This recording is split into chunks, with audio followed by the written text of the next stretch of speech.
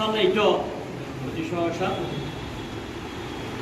আইন নিয়ে কোনো কথা না বল ফ্যাসিস্টের ব্যাপক অস্ত্র শস্ত্র আরেকটা গুপ্ত বাহিনীর হাতে জমা রেখেছে।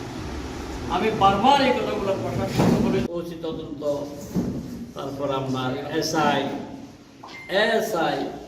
কনস্টেবল, উপজেলা প্রশাসনের বিভিন্ন বিপুল করে বাংলাদেশ জাতীয়তাবাদী দল এবং ধানের শীষকে বিজয়ী করেছেন মানুষ একটি মামলার কি একটা হোয়াটসঅ্যাপে পাঠিয়ে দেন।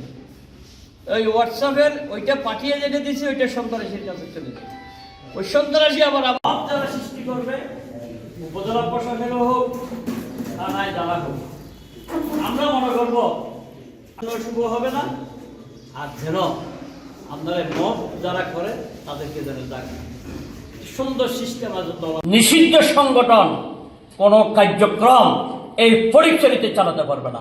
যারা কাটিয়েছে, যারা আমার বিরুদ্ধে মামলা করেছে, যারা ফটিকছড়ির নিরীহ মানুষকে জেলখানে ঢুকিয়েছে, যারা রাত্রে ঘুমাতে করে দেয় নাই, যাদের মেয়ে ভালো করে বিয়ে দিতে পারে নাই, যাদের ছেলেকে ভালো ঘর থেকে বিয়ে করে দিতে পারে নাই, যারা নৌকা থেকে শুরু করে খালসরে ধান খেতে ঘুমিয়েছিল, ওই আওয়ামী লীগ ফ্যাসিস্টদের নিষিদ্ধ সংগঠনের বিরুদ্ধে আমি সরওয়ার আলমগীর সবসময় এক এবং ঐক্যবদ্ধ।